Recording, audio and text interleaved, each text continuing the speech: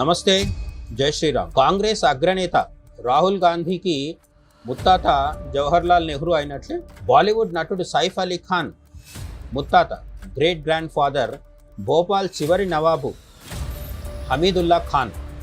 ఈ భోపాల్ నవాబు హమీదుల్లా ఖాన్ భారతదేశ విభజన సమయంలో దేశాన్ని ముక్కలు చేయడానికి ప్రయత్నించిన మొహమ్మద్ అలీ జిన్నాకు అత్యంత సన్నిహితుడుగా వెలిగేవారని మనలో చాలామందికి తెలియదు.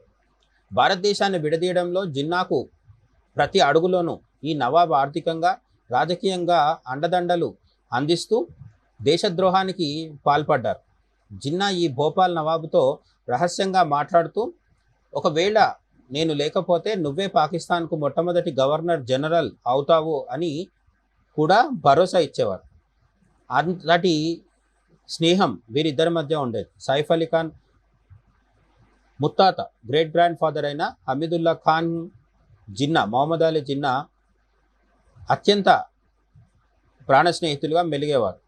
జిన్నా తాను లేకపోతే, అంటే తాను ఒకవేళ మరణిస్తే తన స్థానంలో పాకిస్తాన్ మొట్టమొదటి గవర్నర్ జనరల్గా ఈ హమీదుల్లా ఖాన్నే ఉంచాలని భావించేవారట. ఆ పదవి మీద ఉన్న ఆశతో హమీదుల్లా ఖాన్ భారతదేశంలో కలవడానికి తీవ్రంగా నిరాకరించి దేశాన్ని వెన్నుపోటు పొడిచే కుట్రలకు కూడా తెరలేపారు. భారతదేశం స్వతంత్ర దేశంగా మారుతున్న సమయంలో భోపాల్ నవాబు తన సొంత కుమార్తెలను, కుటుంబ సభ్యులను ముందుగానే పాకిస్తాన్కు తరలించి సెటిల్ చేశారు. ఆ నవాబ్ కుటుంబానికి చెందిన వారసుడే షహర్యార్ ఖాన్. ఈయన తర్వాత కాలంలో పాకిస్తాన్ విదేశాంగ కార్యదర్శిగా, అలాగే పీసీబీ పాకిస్తాన్ క్రికెట్ బోర్డ్ చైర్మన్గా కూడా పనిచేశారు. భోపాల్ నవాబుల రక్త సంబంధాలు పూర్తిగా పాకిస్తాన్తో ముడిపడి ఉండటం వల్ల వాళ్ళ మనసు ఎప్పుడు భారతదేశం మీద ఉండేది కాదు. దేశంలో ఒక రాజ సంస్థానాధీశుడుగా ఉంటూనే పాకిస్తాన్కు గూఢచర్యం చేయడం, భారత్ను బలహీనపరచడం వీళ్ళ ప్రధాన ఎజెండాగా ఉండేది. దేశం స్వాతంత్ర్యం పొంది అందరూ పండుగ చేసుకుంటుంటే ఈ నవాబులు మాత్రం దేశాన్ని ఎలా విడగొట్టాలనే కుట్రల్లో బిజీగా ఉండేవారు. దేశంలోని వందలాది సంస్థానాలు సర్దార్ వల్లభాయ్ పటేల్ చొరవతో 1947 ఆగస్టు నాటికే భారత్లో విలీనమైతే భోపాల్ మాత్రం అందుకు ససేమిరా అంది. హైదరాబాద్ నిజాం లాగే భోపాల్ నవాబు కూడా భారత్లో కలవడానికి నిరాకరించి ఏకంగా 1949 జూన్ 1 వరకు విలీనాన్ని ఆలస్యం చేస్తూ వచ్చారు. మనం ఇక్కడ గమనించాల్సిన విషయం ఏంటంటే, తెలంగాణ నిజాం 1947 ఆగస్టు 15 భారతదేశానికి స్వతంత్రం వస్తే 1948 సెప్టెంబర్ 17 కల్లా భారతదేశంలో విలీనం అయిపోయారు. సంస్థానాన్ని, తెలంగాణ హైదరాబాద్ సంస్థానాన్ని విలీనం చేశారు. తెలంగాణ నిజాం కంటే కూడా ఈ భోపాల్ నవాబు తాత్సారం చేస్తూ, ఆలస్యం చేస్తూ 1949 జూన్ 1 వరకు భారతదేశం నడిబొడ్డున ఉన్న భోపాల్ను స్వతంత్ర సంస్థానంగా ఉంచి పాకిస్తాన్లో కలిపేందుకు శతవిధాల ప్రయత్నం చేశారు. సర్దార్ పటేల్ వల్ల అవన్నీ విఫలమవడంతో 1949 జూన్ 1న హైదరాబాద్ సంస్థానం కంటే కూడా తర్వాత ఈ భోపాల్ సంస్థానం భారతదేశంలో విలీనం జరగడం జరిగింది. భారతదేశానికి స్వాతంత్ర్యం రాజ్యాంగ రచన జరుగుతున్నా సరే భోపాల్లో మాత్రం నవాబుల ఇష్టారాజ్యమే నడిచేది. అక్కడ షరియా చట్టం అమల్లోనే ఉండేది. 1947 ఆగస్టు 15 తర్వాత కూడా భోపాల్ ప్రాంతంలో సెక్యులర్ చట్టాలు కాకుండా నిరంకుశమైన షరియా చట్టమే కఠినంగా అమలు చేయబడింది. భారతదేశ ప్రజలందరూ స్వేచ్ఛావాయువులు పీల్చుకుంటుంటే భోపాల్ ప్రజలు మాత్రం నవాబుల అణిచివేత కింద నానా ఇబ్బందులు పడ్డారు. 1948లో భోపాల్ సంస్థానంలోని విదిశా దగ్గర కొంతమంది దేశభక్తి గల యువకులు మన జాతీయ జెండా త్రివర్ణ పతాకాన్ని ఎగురవేయడానికి సాహసించారు. మన దేశ జెండాను ఎగురవేయడాన్ని భోపాల్ నవాబు తీవ్రమైన నేరంగా పరిగణించి తన పోలీసులతో ఆ యువకులపై విచక్షణారహితంగా కాల్పులు జరిపించారు. ఆ దారుణమైన ఘటనలో నవాబు ఆదేశాల మేరకు పోలీసులు కాల్పులు జరపడంతో స్వాతంత్ర్యం కోరుకున్న 6 అమాయక యువకులు అక్కడికక్కడే ప్రాణాలు కోల్పోయారు. భోపాల్ గడ్డపై భారత్ మాతాకి జై అనాలన్నా, త్రివర్ణ పతాకం పట్టుకోవాలన్నా నవాబుల తుపాకీ గుళ్ళు ఎదురు వచ్చేవి. అంతటి క్రూరమైన చరిత్ర కలిగిన నవాబుల కుటుంబం నుంచి వచ్చిన నటుడు సైఫ్ అలీ ఖాన్ ఇటీవల చేసిన వ్యాఖ్యలు తీవ్ర దుమారాన్ని రేపాయి. సైఫ్ అలీ ఖాన్ ఏమన్నారు చూద్దాం. సైఫ్ అలీ ఖాన్ ఒక ఇంటర్వ్యూలో మాట్లాడుతూ బ్రిటిషర్లు రాకముందు అసలు భారతదేశం అనే భావనే మన దేశంలో లేదు అని అత్యంత బాధ్యతారహితంగా వ్యాఖ్యానించారు. ఆయన చేసిన ఆ వ్యాఖ్య భారతదేశ చరిత్రను, మన సంస్కృతిని అవమానించేలా ఉండటంతో దేశవ్యాప్తంగా తీవ్ర నిరసనలు వ్యక్తమయ్యాయి. మన దేశం ఏ ఒక్కరి దయ వల్లనో పుట్టలేదు. మనకు వేదాల కాలం నుంచే జంబూద్వీపే భరతవర్షే అనే పవిత్రమైన భారత్ అనే భావన అనాదిగా ఉంది. ఆదిశంకరాచార్యులు దేశం నలుమూలలా 4 ధామ్లను అంటే శంకర మఠాలను, జగద్గురు స్థానాలను ఏర్పాటు చేసి శతాబ్దాల క్రితమే ఈ దేశాన్ని సాంస్కృతికంగా, చారిత్రకంగా ఒకతాటిపైన నిలిపారు. అలాంటి పవిత్రమైన చరిత్రను దాచిపెట్టి తన ముత్తాత చేసిన దేశద్రోహ చరిత్రను కప్పిపుచ్చడానికి ఇలాంటి తప్పుడు మాటలు మాట్లాడుతున్నారు సైఫ్ అలీ ఖాన్ అని ప్రజలు మండిపడ్డారు. భోపాల్ నవాబు హమీదుల్లా ఖాన్ ఛాంబర్ ఆఫ్ ప్రిన్సెస్కు ఛాన్సలర్గా పనిచేశారు. ఆ పదవిని అడ్డం పెట్టుకొని రాచరిక వ్యవస్థను కాపాడాలని చూశారు.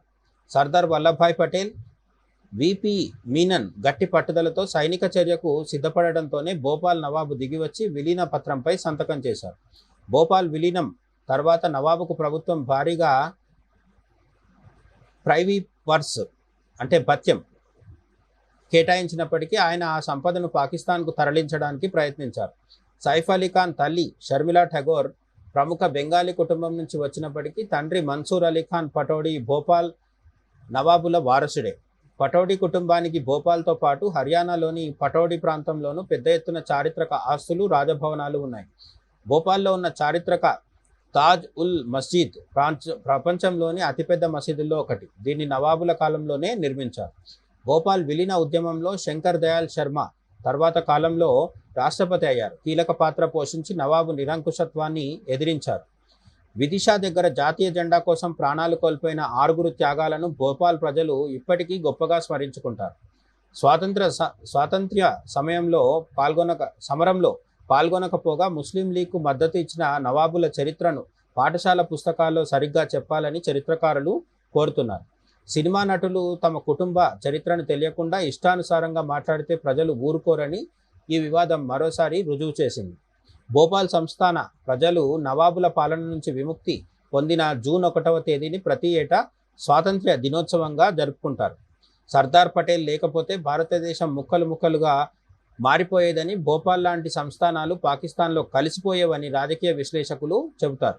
నవాబుల కాలం నాటి దోపిడీని, సామాన్యులపై జరిగిన అణిచివేతను భోపాల్లోని పాతకాలపు రికార్డులు స్పష్టంగా వెల్లడిస్తున్నాయి.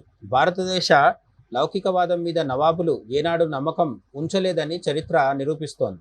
భారతదేశం ఐక్యంగా ఉండటానికి ఎంతోమంది వీరులు ప్రాణాలర్పించగా నవాబులు మాత్రం పదవుల కోసం పాకిస్తాన్తో అంటకాగారు. సైఫ్ అలీ ఖాన్ వ్యాఖ్యలపై సోషల్ మీడియాలో నెటిజన్లు తీవ్రంగా స్పందించి ఆయనకు హిందూ చరిత్ర పాఠాలు నేర్పించారు. భారతదేశం భిన్నత్వంలో ఏకత్వానికి ప్రతీకాని, ఇది ఎకనామిక్ లేదా పొలిటికల్ ప్రోడక్ట్ కాదని, సనాతన ధర్మమే దీనిని కలిపి ఉంచుతుందని రుజువైంది. భోపాల్ రాజసంపద వివాదాలు కోర్టుల్లో దశాబ్దాల పాటు నడిచి చివరికి భారత ప్రభుత్వ ఆధీనంలోకి వచ్చాయి. నవాబుల కాలం నాటి భోపాల్ బెటాలియన్ కూడా సైనిక విలీన సమయంలో భారత్కు వ్యతిరేకంగా వ్యవహరించాలని చూసింది.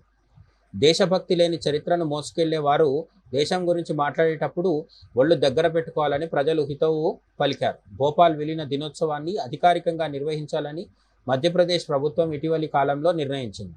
దేశాన్ని ముక్కలు చేయాలని చూసిన జిన్నా మనుషుల కుట్రలను సర్దార్ పటేల్ ఉక్కుపాదంతో అణిచివేశారు. భోపాల్ ప్రజలు నవాబుల పాలన నుంచి బయటపడిన తర్వాతే ప్రశాంతమైన ప్రజాస్వామిక జీవనాన్ని గడపడం ప్రారంభించారు. చరిత్ర ఎవరిని క్షమించదు. దేశద్రోహానికి పాల్పడిన వారి పేర్లను చరిత్రలో చీకటి కోణంలోనే మిగిలిపోతాయి. ఈ విధంగా భోపాల్ నవాబుల చరిత్ర భారతదేశ ఐక్యతను దెబ్బతీసేందుకు జరిగిన కుట్రలను, దాన్ని పటేల్ ఎలా తిప్పికొట్టారో కూడా మనకు కళ్ళకు కడుతుంది.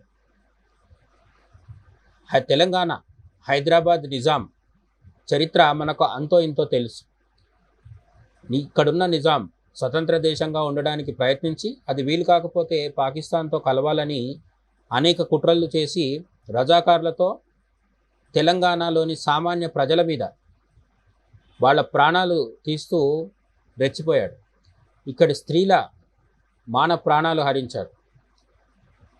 అటువంటి అరాచకాలే భోపాల్లో ఉన్న హమీదుల్లా ఖాన్ నవాబు అతని మనుషులు చేస్తూ మహమ్మద్ అలీ జిన్నాతో అంటకాగి భారతదేశం నడిబొడ్డులో మధ్యప్రదేశ్ రాష్ట్రంలోని భోపాల్ నగరంలో ఉంటూ పాకిస్తాన్తో వందల కిలోమీటర్ల దూరంలో ఉన్న పాకిస్తాన్తో కలవాలని విఫలయత్నం చేసి చివరికి సర్దార్ పటేల్ ఉక్కుపాదం మోపడంతో ఉక్కు మనిషి సర్దార్ పటేల్ సత్తా వల్ల సర్దార్ పటేల్ ఉక్కు సంకల్పం వల్ల భోపాల్ భారతదేశంలో విలీనమైంది. సర్దార్ పటేల్ వంటి నాయకత్వమే లేకపోతే భోపాల్ అలాగే హైదరాబాద్ సంస్థానాలు ఏమై ఉండేవో మనందరం ఊహించుకోగలం. దీనిపైన మీ అభిప్రాయాలు ఏంటో కామెంట్ సెక్షన్లో చెప్పండి. జై హింద్.